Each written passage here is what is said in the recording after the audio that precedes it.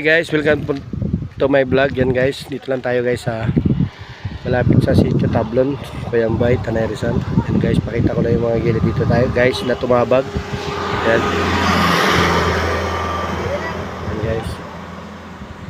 Isang kotse daw yung nalaglag dito na nakaraan guys sa lugar po na ito.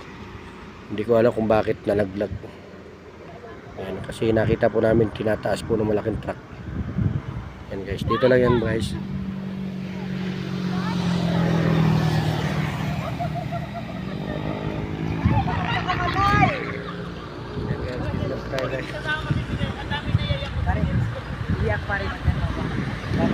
Yan guys.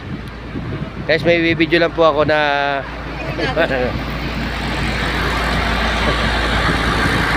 shout out guys sa nakakapanood sa atin live dito sa lugar po ng Sitio Tablon, Cuyambay, Tanay Rizal guys. Yan po yung bundok dito guys.